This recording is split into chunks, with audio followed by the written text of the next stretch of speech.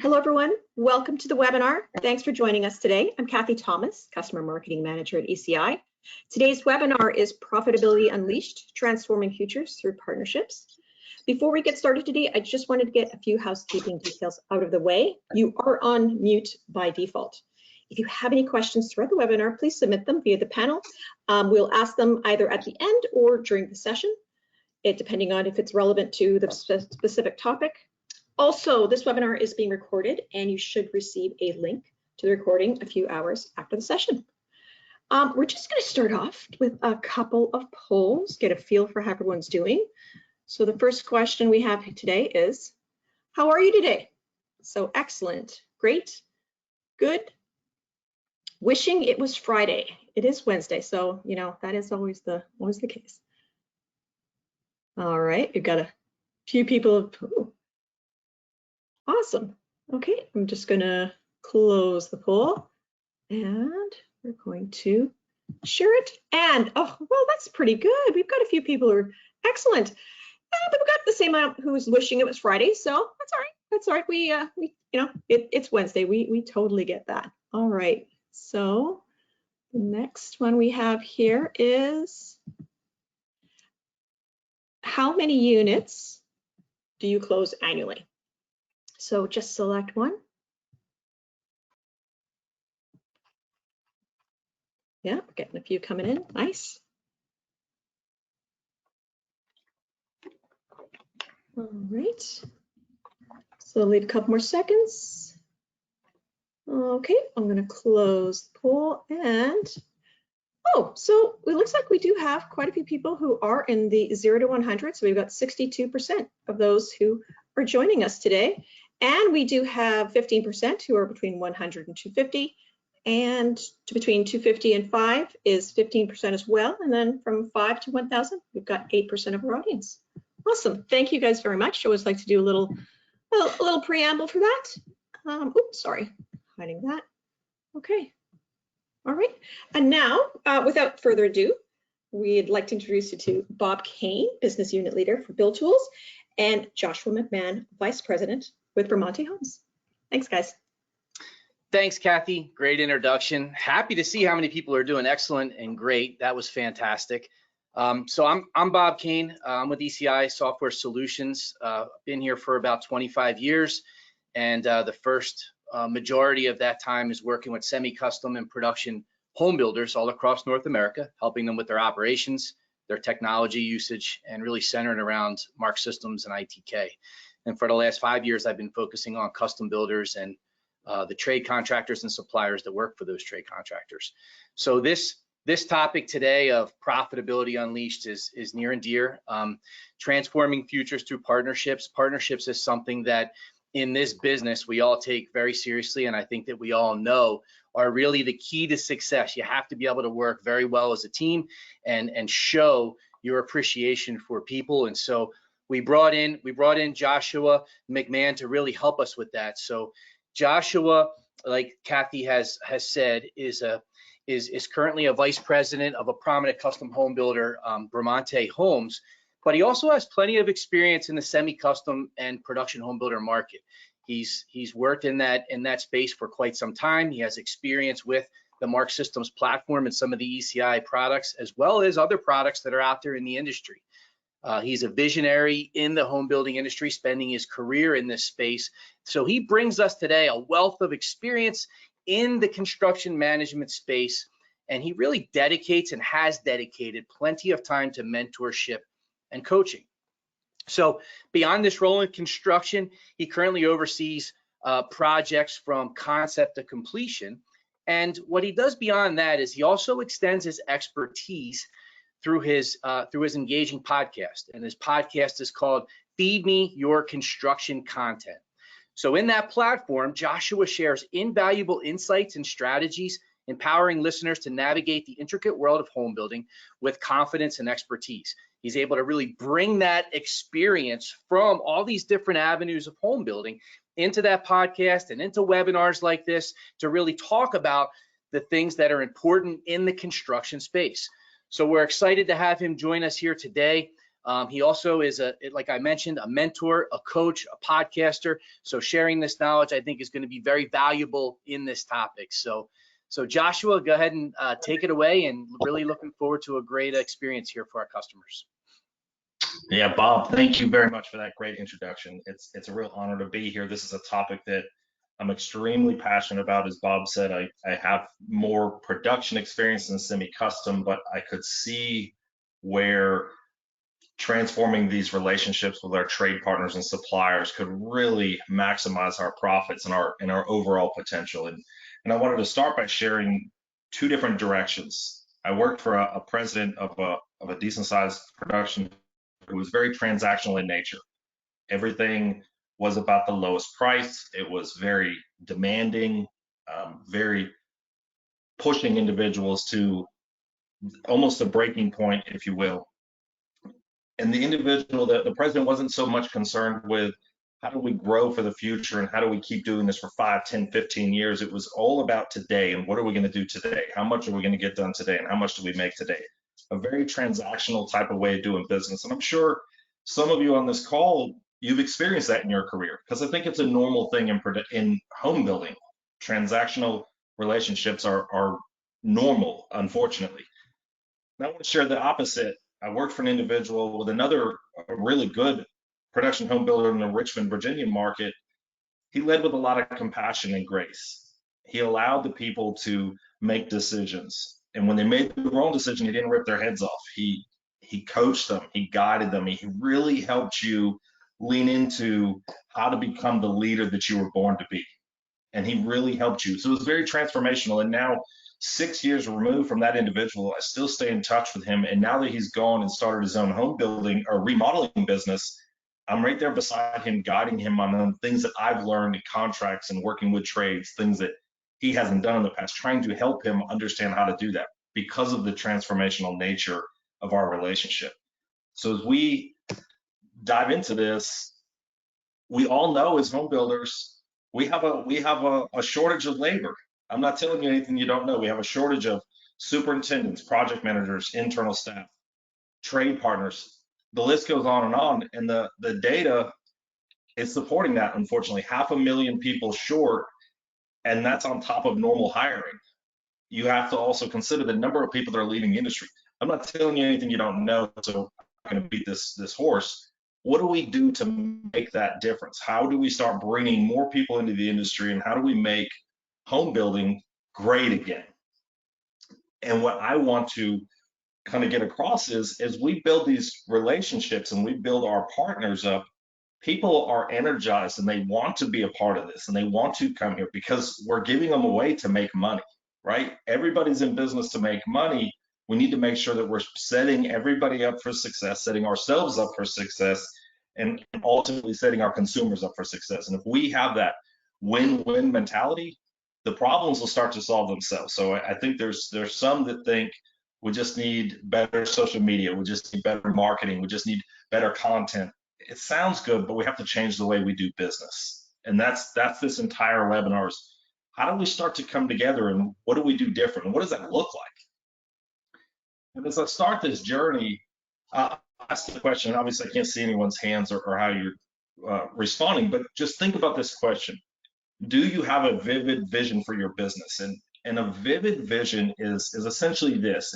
If I said, we're gonna fast forward everybody 3 years from today, look around, what do you see? What office, who's in the office with you?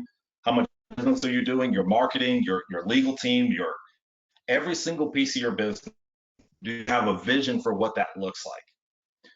When you have that vision and you know where you're going, you can put that out to the market because you're going to start attracting like-minded individuals who say, they've got a vision that really gets me excited and I want to go accomplish that.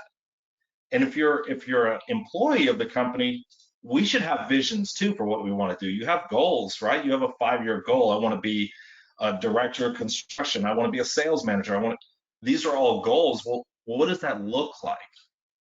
And when you get really clear on that vision, you'll start to make the right choices and you'll align yourself with the right people and you'll do the things that you need to do to really propel your business and your personal life. So I really want you to think of that vivid vision, because as we think about trades and who we're bringing on and which trades we're going to partner with, we want to make sure they align with our vision. If they don't have the same vision as us, it might be a transactional arrangement, and maybe we have to do that because of the times or because of what's going on. But we know it's a short-term deal, and we have to be looking for that transformational relationship.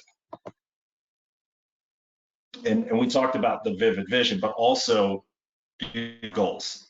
Because as you create the vision, you'll create goals to drive you to that vision. Once you have the vision, it's very easy to set in place a 1-year goal and quarterly goals that will continue to help us get to where we want to be. So this is very important to do this personally and professionally. I'll give you a short story. I joined a company that I was really excited to join. Their motto was, "We build value in the community." And I said, "Where have you been my entire career? This is what I'm all about. I want to build value in the community. I want to build value back in the construction industry and in the areas that I live, in my shopping centers, and et cetera." After I got on board, they hired a consulting firm that they created a vision that said, "We're going to be $1 billion enterprise, and we're going to do this commercial stuff, and we're going to do this stuff over here." I said, man, the vision's no longer aligned. So within a year of joining the company, the visions were no longer aligned, and it became transactional. And unfortunately, I didn't stay there for very long, and that was a disappointment for me. But that was part of my growth and my learning. That's why the vision for me is so important. Again, having that vision, having your goals, it creates that clear path for the future. It increases the likelihood of success. You're taking away the luck and the chance, because now you're putting things in place. If you say, "I'm going to be X by this time," well, then every day, every week, every month, every quarter, you're doing things to align with that goal. And as you do things and you start building on it, you start building momentum. So a 3-year goal you can accomplish in 6 months or 9 months if you put enough focus into it. By doing this from a home building perspective, if we say our vision is to have really high quality homes built on schedule, on budget, and our goals are realistic, our budget's realistic, our schedule is realistic, and we're giving everybody the time that we need to build it, our customer satisfaction starts to go up, because that's our focus. We're doing the right things that our customers are essentially begging us to do. Quality goes up. And what happens when quality goes up and satisfaction goes up? It goes hand in hand, our profit goes up, because we're spending less money on warranty. And by having this vision and sharing it with our trades, they're bought into what your vision is, and they're bought into what you're doing, because if they have to come back to do warranty, if they have to come back to do punch, that's eating into their profit. So as they start to understand this, it all starts improving everybody's business. And the key to this whole piece is teamwork. One of the best consultants, and I know that's an oxymoron, but one of the best consultants I ever worked with very early in my career said, "We're going to create a win-win culture." And I said, well, that's an interesting concept. The win-win was the trades win and the builder wins. So basically what you do is the builder walks your house every day. You do your normal stuff. You double check your schedules, everything ready for the trade of the day. Is the house clean? Is everything in the right position? Are we setting them up for success? The trade comes in to do the work. They grade everything in the house, the cleanliness, if the job is ready, if things were out of square, things are problems. So essentially they're saying, hey, they're doing their quality control check, and they're grading the trades before them, and then they're being graded by trades after them. And what it does is when it's used correctly, all the trades start to come together and work together to get better. They start improving their efficiency. They start improving their quality, making less work for you builders and also the trades, making more money for everybody. So that teamwork and that win-win is a really great combination if you have the right vision that aligns with that. Here's something interesting. I love to tease the purchasing guys and girls. We in the purchasing departments love to say we hire trade partners. And I would say, yeah, we say that because we get the best pricing if we call you a trade partner. But what's the real difference between a trade partner and a subcontractor? And the major difference is a trade partner is somebody who's part of my team. It's no different than me hiring a superintendent or a project manager or a client care coordinator. They are built in, they're buckled in directly to my team, and they could be in my office. That's a trade partner to me. And what I'm thinking about that is when I meet them, I want to talk about their vision and goals. I don't want to tell them what my vision and goals is. I want to ask them, hey, what's your vision? What type of builders do you like to work with? What type of customers do you like to work with? Who don't you like to work with? What builders don't you like to work with? What makes them not a good builder? I'm learning from every time I have these interactions. So we might not move forward, but I'm gaining value from that interaction every single time that I apply to my business and my teams and my other trades. So let's ask them about their vision and goals, because if they don't have a vision or goals, it's hard for them to align with what we want to do as a business. And then that makes it very difficult for us to be profitable, because they might be just saying, we're going to chase who is willing to give us work and make as much money as we can. Okay, that might be great, and I'm happy for you, but that might not align with my vision and my goals. So I need to be really careful. And as we engage them, it's really critical as me being a past production builder and now being a full-time custom builder, I have to be careful not to say, hey, every trade will do. There are trades that are built for every single piece of the business. And some companies have crews that can do custom production, remodeling, multifamily, but not all of them do. So you need to be careful and you need to ask them, are you production, custom, remodeling, multifamily? If you're in any of those spaces or you've crossed over, you understand the vast differences between the different areas. You understand the scheduling needs between the areas, the purchasing needs. So it's a little bit more challenging, and we need to make sure we take the time to make sure there's alignment. And again, don't force the fit. If you're in a position where you don't have a choice and you have to move forward, I would move forward, just understanding that you have to keep looking. It's a transactional relationship that maybe you can turn into something. Maybe you're able to coach them and help them understand, hey, you're a great plumber, but I really need to help teach you how to run the business and your paperwork, what purchase orders mean, invoicing on time, all these different things, right? Because that's what we get frustrated about. So we might have to take the time to educate them and help them learn. And if they're interested and they're open-minded, hey, great, that's a transformational relationship that I can make something of, and I can really grow that trade, which is good for everybody in the industry. And here we are talking about it. If we have a mutual fit, let's advance that discussion and let's keep digging into their business. And the best part is, if we don't have a mutual fit, it doesn't mean our relationship ends. If you're part of a home building associations, let's find out if this trade is part of the association. Is that something we could get them into? What type of work are they looking for? Is there a way that we can, say, hey, I've met this trade, I've interviewed them, they're a really good fit for your remodeling business. Because some of you are probably doing that if you have a superintendent that's a really good person, just not the right person for your vision. Well, why wouldn't we share them with our colleagues and other people in the association and help them out? It's all back to that vision and everybody winning. All right, this is probably the most important part, and I think where most people get off course. I come from a big builder, from production, and as a production builder, I don't want to be offensive, but we wear the pants. We historically have said, this is how it is, this is how it's going to be. You get on board, great. If you don't, we'll move on. But this is what we need you to do. Was a custom builder and as a regional or smaller builders, we don't have that luxury. We need to figure out, hey, what's your process? How do you operate? How many people do you send to the job? When we say your scheduled start date is X and your finish date is Y, what's the likelihood of you hitting those dates? Am I giving you enough days? We need to pick that apart, and we need to understand their process. We need to understand their team dynamic. We need to understand who we're getting into a relationship with, because as we think about this, if you're building a community with 80 or 100, 400 homes, it's a marriage. It's not a divorce. You need to make sure that we're pairing up with somebody that we can really bond with and we can grow with.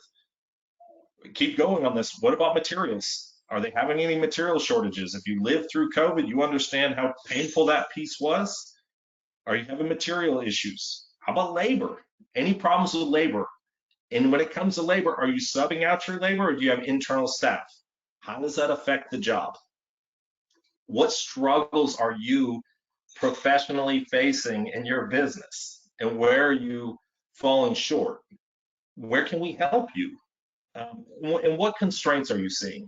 And this could be where we really get the information out of the trade on what builders are doing that maybe is setting them up for failure. Hey, you guys are scheduling us to come do the work and the job's never ready. Okay, what does that mean? What does it mean when you say the job's not ready? Tell me, what do you need to see for the job to be ready so we can help make sure everybody's on board and we can maybe reset expectations on both sides to make sure that there's a really good fit. Joshua, Doing all of this. Real quick on that topic, on that last slide, I thought that was fantastic. I just wanted to kind of take a moment to dive into that a little bit deeper. From your experience, I mean, that's quite a bit of time up front to get to learn people that you may or may not do business with. It is. I love it. From your experience in getting to know these prospective trades and trades that end up becoming trades that you work with, how has that time up front helped you later on in the relationship when things are going good, or maybe not, when prices increase and things are going bad? Has it helped you? Has it helped the relationship? Yeah, really, really big ways. I'll give you a story about a drywall contractor. I just came to a builder, and we had 24 homes, townhomes that were standing, no gas, no power to the community. But we had the builder made the decision to move to a certain point in each home. So essentially everything's finished. We're ready to get heat on, or we're ready to finish the houses. The moment we get gas and power, we're closing homes every 3 days. What I did was I spent the time with the drywall vendor, who I thought was my most critical piece of that entire puzzle working, just because, again, if you're in the home building business, the only thing most people see is drywall and paint. So I knew if I could focus on that, I could really make that difference. John and myself spent a lot of time talking about the process, looking at the schedule, what was realistic, how many people he could man in the house, how we could get through that work, what type of communication. And it was not easy, but we chewed through those houses. We got everything closed. That was 8 years ago. Our relationship today is still strong. And when you say about not everything is always rainbows and unicorns, although my wife would tell you that's what I think, we have had our instances where we had to butt heads. We disagreed on things. And because our relationship, our foundation was solid, we could disagree on something, and we could even get heated with each other and walk away still feeling like partners, because that's what we are. Partnership is not going to be always everything's great. Sometimes things are not going to be great. And if you built that foundation similar to a marriage, you're going to be fine and you're going to get through those moments. That's great. I love that. And then how about when you had to give somebody some feedback, right? So you took them on board and maybe they weren't keeping up. Maybe you had to think about having another trade of their type in. Maybe you had to talk to them about potentially replacing them. Volume goes up or quality goes up depending on the type of builder. Did it make those conversations easier that you got to know their business a little bit more up front? And how did that feedback conversation go? Yeah, I think the conversations were a little bit easier. To be honest with you, when I have had that conversation, they still don't like it. And nobody does. When you're taking work away from somebody, say, for example, the perfect example is when you have to supplement somebody. You can see that their business is struggling because we're giving them too much work. Essentially, as a builder, we are setting you up for failure. And I had the discussion with an electrician saying, hey, we've got to do some things. And he responded very bluntly, "You're trying to replace me." I said, no, Roger, I'm not trying to replace you. I want to supplement you. I care about you and I care about your business. And if we keep going the way we're going, you'll lose the business. And I don't like the way that sounds.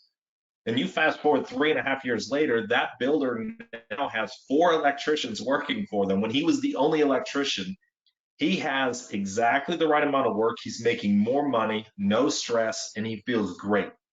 And we were able to have that conversation now saying, do you remember the conversation when you were mad at me because you thought I was going to take you away from the community?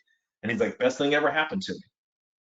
And so, again, building that relationship early allows you and gives you that ability to have those difficult conversations, because home building is one moment away from a difficult conversation, kind of always around the corner. It's just part of our business. We have to be upfront, candid, and offer feedback, and then to receive it well too. Yeah. Oh, that's fantastic. I'll let you move on. Thanks for adding that in there. Yeah, of course. Thanks for the questions. That was good. So, hey, everything that we've talked about, it's really the elements of building a good team culture. And in his businesses today, culture is a buzzword. Well, it can be real. And the culture is not just for your internal staff, not just for your men and women that are working for the builder building the houses. It's also your trades. It's having respect for us, the trades having mutual respect for us, and us having respect for them. We're teaching them things that we need them to do, and they're teaching us things to do. And that mutual respect, we'll find that common ground, and we're going to have something really special. That level of collaboration goes miles. And again, at the end of the day, it's the end user that really benefits from us having that collaboration. I think this next point is really critical. If we value them, they will value us. I've heard it said in the field at times, we're the builder, you just need to respect me. You need to do what I say to do.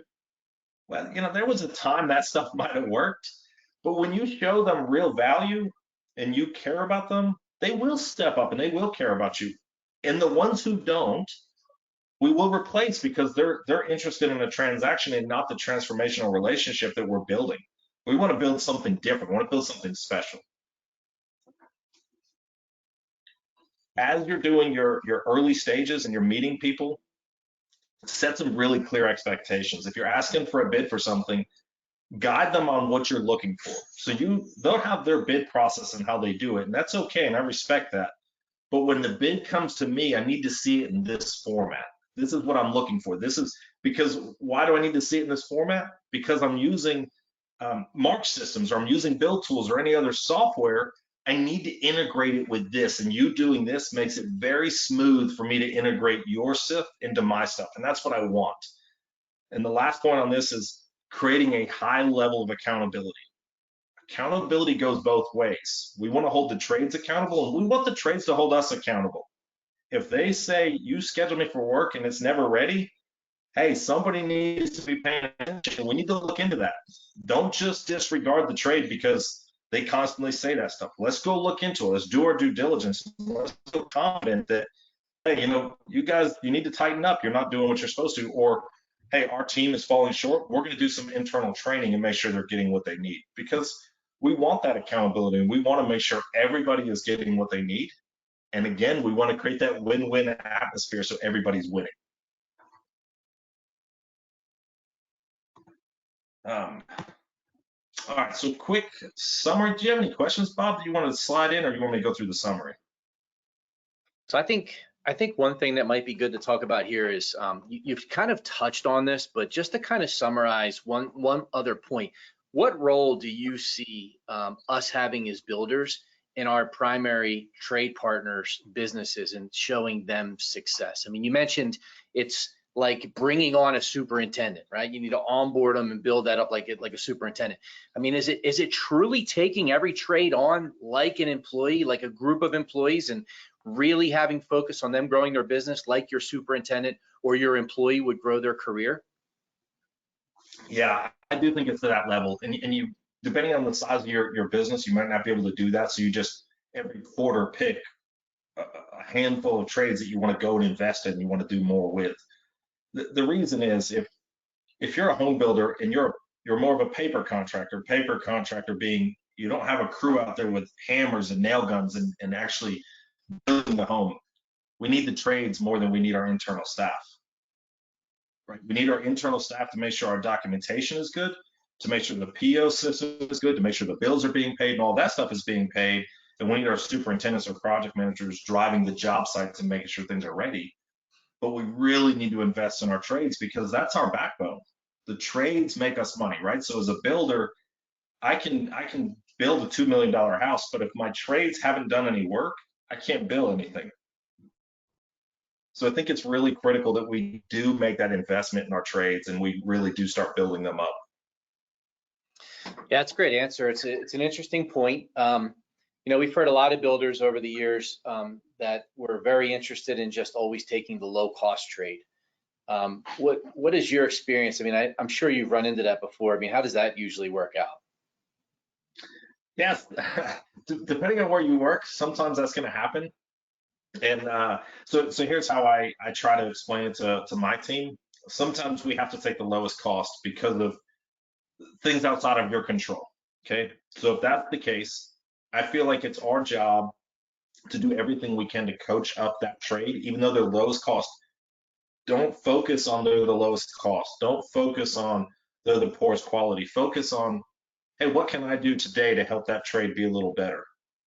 How do I help them grow their business so that they go from being a F or a D or a C trade, and how do I make them a B or a C?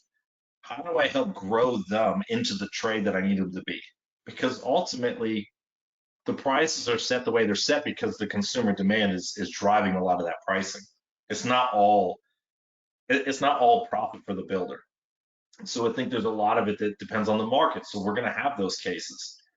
On the flip side, if you're in a case where you don't have to do that, you don't have to take the lowest price, really focus on still coaching your people up and your trades up, but focus then on not just the price, but focus on how many days it's going to take them to do it, how they respond, how professional they are. So you can do both, and you're going to have to navigate it depending on what world you're living in. Love that. That's great. What about, we hear a lot about having trade partner councils and the benefits that can come to the trades that are on the council, but everybody else working for the builders and the benefit to the builder. What is your opinion on the trade council concept? It all depends on the builder. If the builder is open-minded and growth-minded and wants to hear the feedback, because the trades are going to come there and tell you what's wrong, and not everybody wants to hear that. So if you're not open-minded, the trade council is probably not going to do what you want to do. Now, on the flip side, if you're open-minded, that trade council is going to be really beneficial to your business, because as a builder, if you have a desire to get better, you want to hear from your trades and you want to know where they're struggling. They'll tell you where you're struggling. They'll tell you who you have problems with, what you have problems with, and they'll also share with you how you can fix it. The benefit a trade has is that they're working on multiple houses, multiple different builders, multiple different customers. They're seeing it 10 times faster than we're seeing it. So they're going to add that value on that trade council. So I think at the end of the day, the trade council comes down to your builder. Which member of the builder team is sitting on that council and how open-minded they are to the feedback they're getting. Love it. Love it. I feel like we should do a follow-up to this just focused on trade councils. I'm sure we could talk about that for an hour. But I'll let you dive back into the employee and trade side of things for now. Yeah, so this is a summary of basically what we've covered. We've got a 500,000 shortage. This is employee and trades. This is not going away. This is a 5 or 10 year problem that we need to continue growing and we need to continue working on fixing. And I hope I shared enough content with you to help you see kind of my approach to how we're going to start cleaning some of that up and how to start growing people into the business. Because hey, if you're in the business a while, there's a great living to be made in this industry. It's challenging to find people that want to do the work. It's not going to change anytime soon. It has to change with us. We can keep talking about it, but that's not changing anything. It's just making us feel better for a moment that everybody else is saying the same thing. But let's be different. Let's take a step in a different direction and say, what can we do? How do we start creating those win-win cultures? If we can maximize resources, we're going to maximize profit for all stakeholders. I think this is a key point I'd like to make is everything you do at your home building business affects the market. If you're doing something that's disruptive, if your jobs aren't ready, if things aren't right, if you're treating your trades poorly, it affects the next builder. So what we're doing, if we're treating people well, we're treating them with respect and we care about them and we do the things we're supposed to do, and we still hold them accountable too. So it's not just giving them a pass, it's grace and accountability. If we're doing those things, we're going to create this different sense of direction in that individual. It's going to have a positive impact on the builder they go work for down the street. And you might never hear about it, but you're making that difference in somebody's life. And that's what we want to do. Internal staff, having that clear vision really helps your internal staff. If you're having a hard time getting superintendents, project managers, look at your vision. Is it inspiring? If you yourself look around and say, 3 years from now, we're going to be this, and it doesn't inspire me, it's probably not inspiring your people either. Don't have it just be words on a piece of paper. Have it be very, very vivid, like clear as day, exactly what it looks like. Your team will rally behind you, and the ones that don't, aren't really interested in being on your team. You can start to remove your cranks and the people who are just camping out and collecting a paycheck and bring in the people who are going to really thrive in your business. And that's what you want. Improving that collaboration, creating that win-win environment, mutual respect and dignity for all, and accountability. I think the number one problem in America is lack of accountability.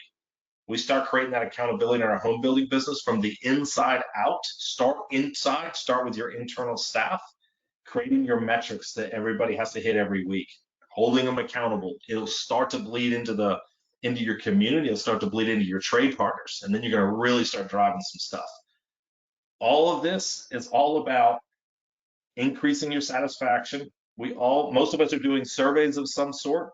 Some of us cringe when they come in because you're not sure what you're going to get. But by doing these things that we're talking about today, you're investing in that satisfaction. You're investing in that survey long before you get the survey to the customer.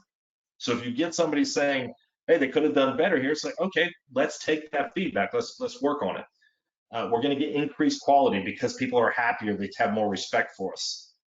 Budget adherence. Our budget's going to be a lot tighter when we're doing these things. We're building those relationships. We're making it clear that we're going to hold you accountable. If I issue a purchase order for $1,000 to do this activity, that's what it pays.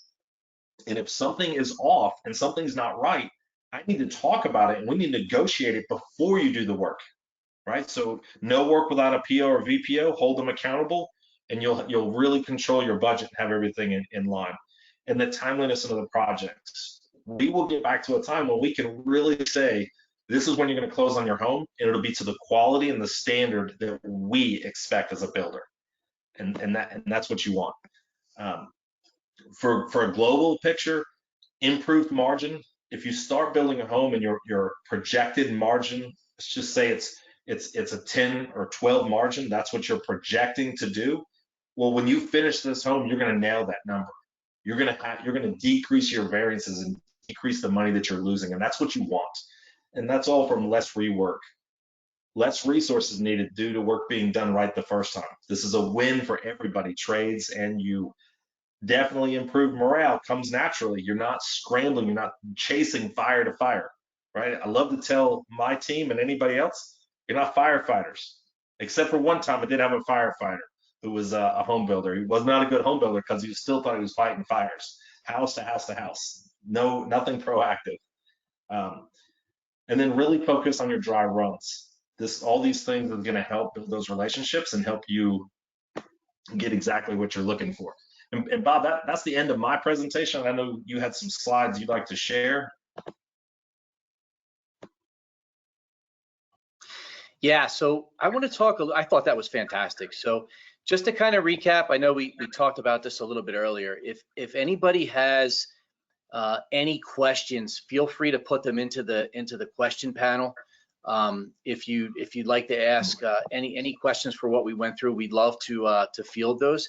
And the part now that I kind of was hoping to tie into here, and then if there's no questions at the end, we can pick up the conversation again, Joshua, is I kind of want to tie in what we see on the technology side. So, you know, for years I've been working personally with semi-custom production home builders and custom home builders, and working with them to overcome technology challenges and get technology implemented into the business. So I have a chart here. I have a research study here that came right from the McKinsey Global Institute of Technology. And what this does is this kind of ranks for us the different industries that are out there in our economy today. And it shows us based on green, yellow, and red where these industries are from a technology standpoint. And we have to keep this in mind. So as we think about working with our trades, we have to keep in mind that construction falls right down here at the bottom, and with a lot of red in front of it, right in front of agriculture and hunting, okay? That's where we fall. I've spent the majority of my career helping custom home builders and semi-custom production home builders implement technology. We're still in the red as builders. When you look at our trades, there's a lot more trades than there are builders that are lacking technology. And that, in my opinion, is bringing us to this scoring system. The trades need to be able to think about scaling their business in a way that they can keep up with your volume and your quality and the expectations so that you can hold them accountable. And so I wanted to show that quickly. And then I wanted to just kind of talk about, because sometimes the trades may not understand the value of technology. And so if we're working with them and we're helping them with their business, one thing that we may want to tell them is that technology can do some things that pay for itself. Technology can help them standardize their processes, and if they're using technology that many other trades are using, then they can repeat those best practices into their business and level up. What they can do is they can keep track of changes, communication, client communication, communication with the builders. There's a lot of things that we all know can happen with technology, whether it's at the home builder side or at the trade side. So some of you, I think many of you on the call are familiar with ECI, but if you're not, this is kind of where ECI kind of fits in the construction industry from a technology standpoint. Our goal and mission is to help small to medium-sized businesses become profitable. And here, when we talk about our residential construction home building section, we want to focus on home building, trade contractors, and suppliers, and make them profitable so that they can work better and scale their business. So the way that we work here is we have this inner core here for the builders, and our two inner core products are Mark Systems for production home builders and Build Tools for custom home builders and remodelers. And then you can kind of see the information flow around those two, what we call ERP systems. We have some other systems out here that help out with land and inventory management, CRM and follow-up, sales, selection, and design, that fall right into this ERP process. But based on our conversation today and the experience that Joshua brought to us, what we want to think about is the trade contractor side.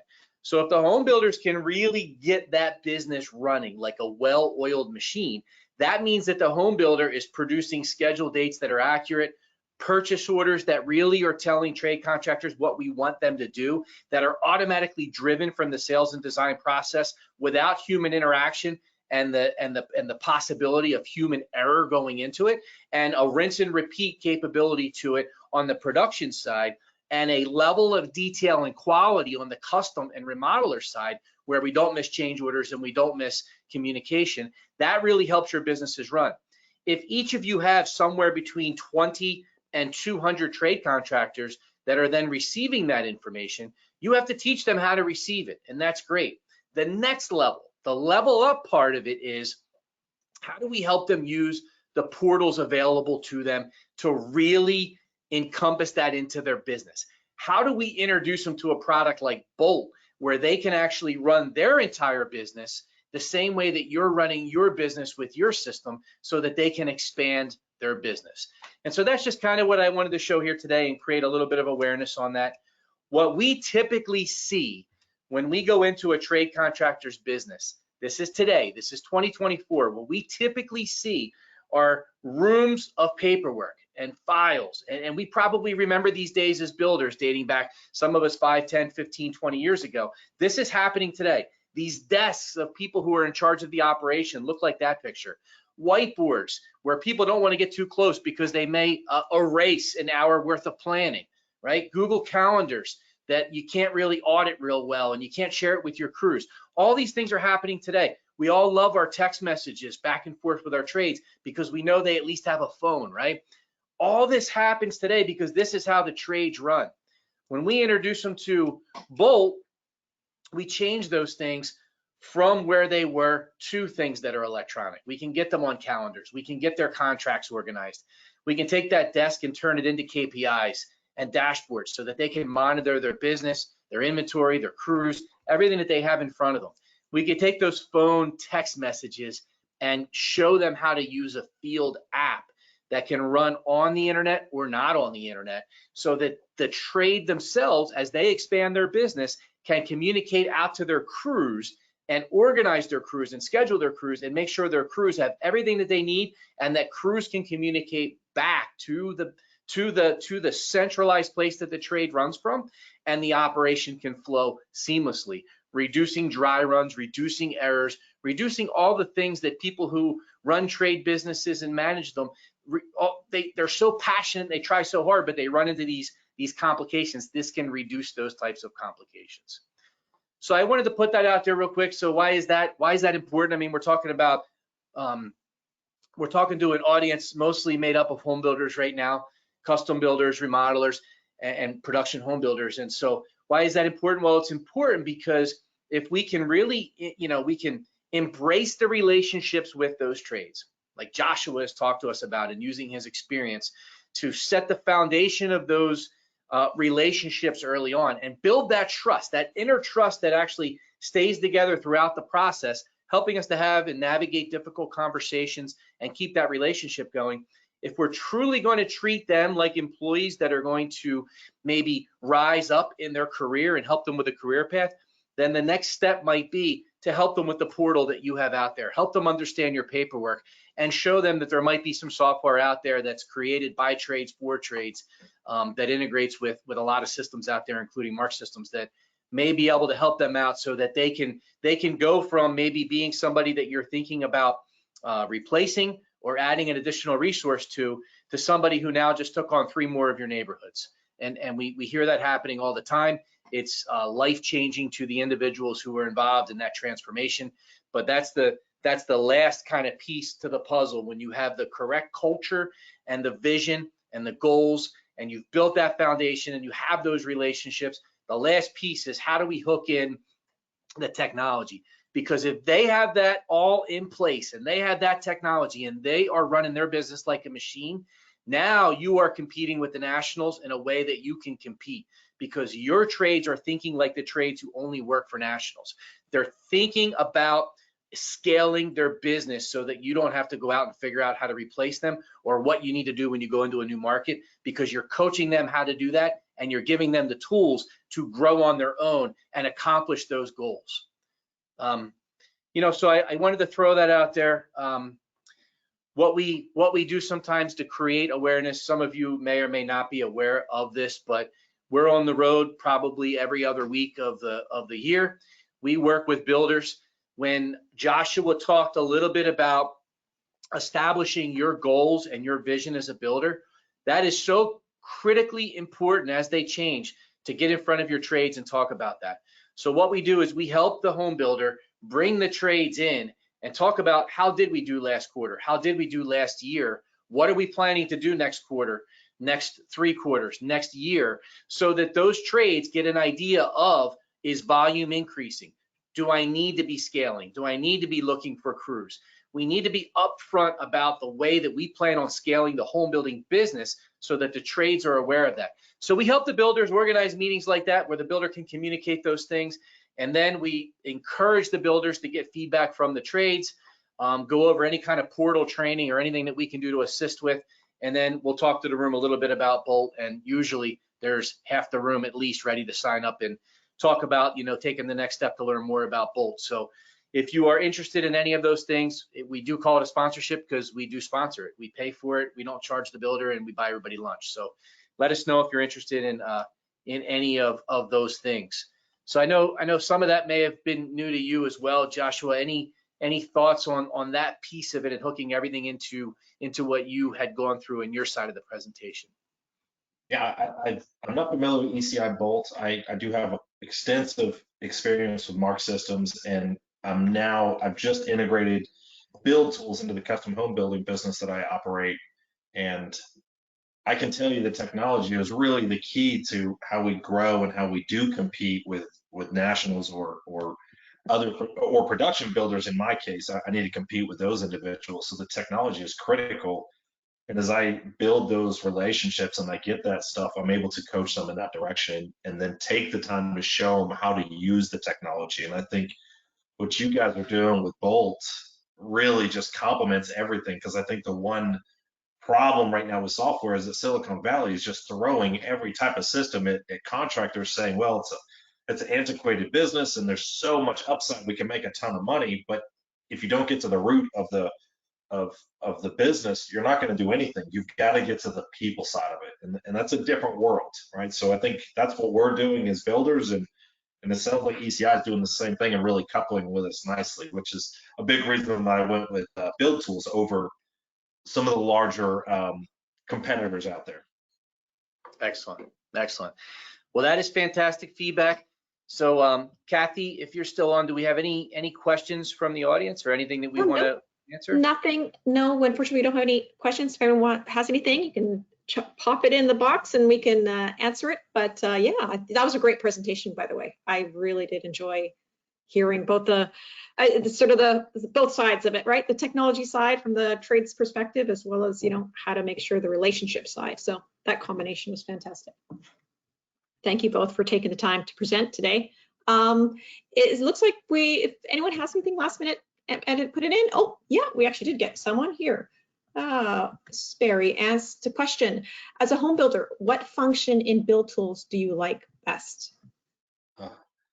As a home builder, so the advantage to my position today is that I have a really good team that's doing a lot of the integration. So my portion today is more just coaching and guiding them when they get stuck. So I have not been as involved in Build Tools yet. I think the biggest thing that I do like when I was looking at systems was some of the reporting and the data that I could pull. I really miss Mark Systems because I knew that system like the back of my hand. I could pull a query. I knew exactly where things were all the time. I knew who was or wasn't doing things based on the data. And Build Tools seems like it's going to do something very similar to get me really close to what I need. So that's what I'm really looking forward to with it. But as far as me using the system today, I've got some really good people that are knocking it out of the park for me. So unfortunately, I can't answer that directly. One thing that I can add to that is that Build Tools was developed by a custom home builder remodeler, Yes. specifically for custom home builders and remodelers. And so all of those intricate things that you all run into as custom builders and remodelers, Build Tools has already tripped over and solved.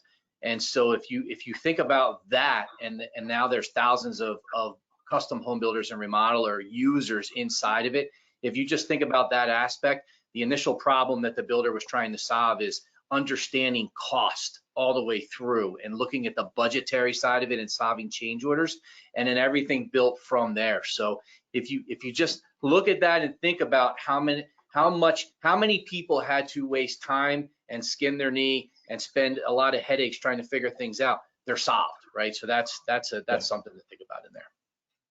That's definitely something to think about. And then just add a little bit of credibility to what we're using. So we have been a Co-Construct user since the very early days of Co-Construct being built. Co-Construct was designed and built by a very smart individual who essentially was building a house, and he was frustrated that he didn't have more see-through of what was going on in the inner workings. That's why Co-Construct was really created. And Bramante Homes built that individual's house. And when we talked to him about, Co-Construct is now sold out to a conglomerate, and we said, we're not sure this is what we want to do. And he swayed us the other direction, and as we dug into it, Build Tools stood out from the competition just from a usability standpoint. And I'll go back to that original question. One of the other sticking points for me was, as a custom home builder, the upside is we can do anything. The downside is we can do anything. So people will come to you with these wild imaginations of what they want and what it should cost. You've got to go find it. And when you can't produce it quickly, they look at you like you don't know what you're doing. You're not qualified. Well, if you've done any research on the web trying to find something, you know how difficult it might be finding this one product. Build Tools gives you the opportunity to go into the system and do a search. Searches the web to say, hey, go find me a Kohler toilet that's this. And it'll pull up an image, and you can share it with your customer, say, is this kind of what you were thinking? So instead of me guessing what I'm buying and guessing what the customer wants, I can quickly pull data into that system, and I'm not chasing my tail or losing precious hours trying to find that information. I thought that was an awesome feature, coupled with the QR code that they're doing now as well for the trade. So just the technology is really advancing, and it's getting smarter for construction workers. Awesome. Well, we got a couple more questions. Ben asked, We are working on setting up a trade council. How often should you have trade meetings with your trades? Once per year, every quarter?